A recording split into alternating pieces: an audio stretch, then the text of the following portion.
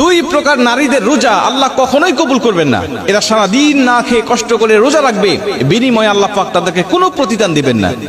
মেয়েরা কিন্তু পুরুষের তুলনায় বেশি রোজা রাখে, মেয়েরা পুরুষের তুলনায় বেশি নামাজ পড়ে, ধর্মের দিক থেকে মেয়েরা কিন্তু পুরুষের দিক থেকে অনেক আগায় আছে। কিন্তু শুধুমাত্র সঠিক তরিকাটা না জানার কারণে, সামান্য ছোট্ট ছোট্ট ভুল হওয়ার কারণে তাদের সব আমলগুলো বরবাদ হয়ে যাচ্ছে।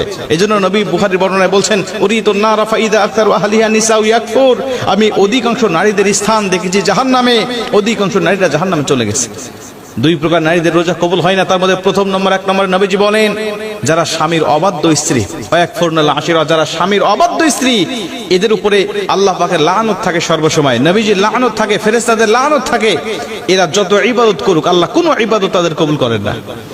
নবীজি সাল্লাল্লাহু আলাইহি ওয়াসাল্লাম বলেন, যাদের উপরে নারাজ রয়েছে স্বামী বৈধ কারণে, এরা যখন কবরে যাবে, এরা যখন হাসরের মাঠে উঠবে, মিজানের পাল্লায় যখন তাদের আমলনামাটা মাপ দেওয়া হবে, দেখা হবে একদম জিরো, তাদের কোনো আমলনামাটা আল্লাহ পাক কবুল করেন নাই। অথচ পাহাড় সমপরিমাণ সওয়াব তারা ইনকাম করেছিল। স্বামীর অবাধ্য হওয়ার কারণে নবীজি সাল্লাল্লাহু আলাইহি ওয়াসাল্লাম বলেছেন, কোন স্বামী যদি স্ত্রীকে একান্তভাবে পেতে চায়, কিন্তু স্ত্রী যদি তার স্বামীর ডাকে সাড়া না দেয়, আল্লাহ পাক সারা রাত ফেরেশতারা তার উপরে লানত করতে থাকে, আল্লাহ পাক লানত করতে থাকে। এজন্য স্বামীর কথা শুনতে হবে। নবীজি বলছে স্বামীর গুরুত্ব কত বেশি যদি কোনো মেয়ে জানতো। আর আমি নবীজি যদি আল্লাহর পরে কাউকে সেজদা দেওয়া জায়েজ হতো, বলে দিতাম প্রতিটা স্ত্রীকে তার স্বামীকে যেন সেজদা দেয়। মুসলমান ভাইরা আমার, দুই নম্বরে নবীজি সাল্লাল্লাহু আলাইহি ওয়াসাল্লাম বলেন, ওই সমস্ত নারীদের কোনো ইবাদত আল্লাহর দরবারে কবুল হয় না যেই সমস্ত স্ত্রীরা, যেই সমস্ত মেয়েরা বেপর্দায় চলাফেরা করে। আজকে রমজান মাস, দেখবেন মার্কেটে চলে যাবেন, রাস্তাঘাটে বিভিন্ন জায়গায় শপিং মলে দেখতে পাবেন অধিকাংশ জায়গায় বেপর্দা নারীর সরাসরি। বেপর্দা নারী নিজে গুনাহ করে, তার দিকে যে পুরুষ তারায় তাকায় তারও অগণিত গুনাহ উঠতে থাকে। এই জন্য বেগানা নারী শুধুমাত্র নিজে গুনাহ অর্জন করে তা নয়, অন্য পুরুষদেরকে গুনাহ অর্জন করায় সহযোগিতা করে।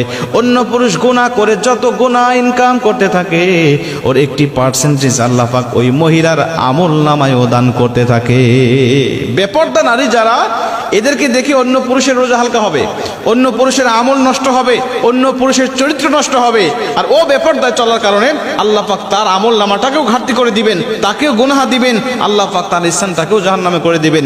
এরা অনেক সওয়াব ইনকাম করেছে, অনেক নফল নামাজ পড়েছে, অনেক ফরজ রোজার পাশাপাশি নফল রোজাও রেখেছে, কিন্তু বিনিময়ে তাদের আমলনামাটা জিরো হয়ে থাকবে। কেন? সে নিজে বেপরদায় চলাফেরা করেছে, নিজে গুনাহ করেছে এবং অন্যকে গুনাহ অর্জন করাতে সে সহযোগিতা করেছে। এজন্য আমি আপনাদেরকে অনুরোধ করব, যারা মহিলারা আমার আলোচনা শুনছেন, আপনারা অবশ্যই এই দুইটা বদ অভ্যাস যদি আপনার মধ্যে থেকে থাকে, আপনি বদ অভ্যাসগুলো পরিত্যাগ করেন। আশা